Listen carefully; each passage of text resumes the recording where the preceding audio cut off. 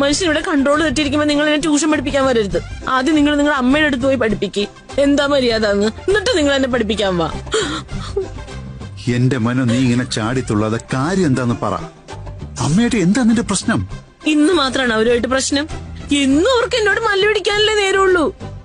എന്നിട്ടും ഞാനിതെല്ലാം സഹിച്ച് ക്ഷമിച്ച് നിൽക്കുന്നത് എന്താണെന്നറിയാമോ? I am a family girl. Understand? അങ്ങനെ കുടുംബത്തിൽ പിറന്ന് എന്നെ പോലൊരു പെണ്ണിനെ ഇൻസുലേറ്റ് ചെയ്യുന്നതിന് ഒരു ലിമിറ്റ് ഉണ്ട്. ഇൻസൾട്ട് എന്നാണ് നീ ഉദ്ദേശിച്ചേ? ഞാൻ എന്താണ് ഉദ്ദേശിച്ചെങ്കിൽ നിങ്ങൾക്ക് കാര്യം മനസ്സിലായില്ലേ? ഒരു കാര്യം ഞാൻ പറയാം മോഹനേട്ടാ, സഹിക്കാവുന്നതിന്റെ മാക്സിമം ഞാൻ സഹിക്കുന്നുണ്ട്. ഇനി അത് പറ്റൂല. ഒന്നുകിൽ ഷീ അല്ലെങ്കിൽ I. No I and she together.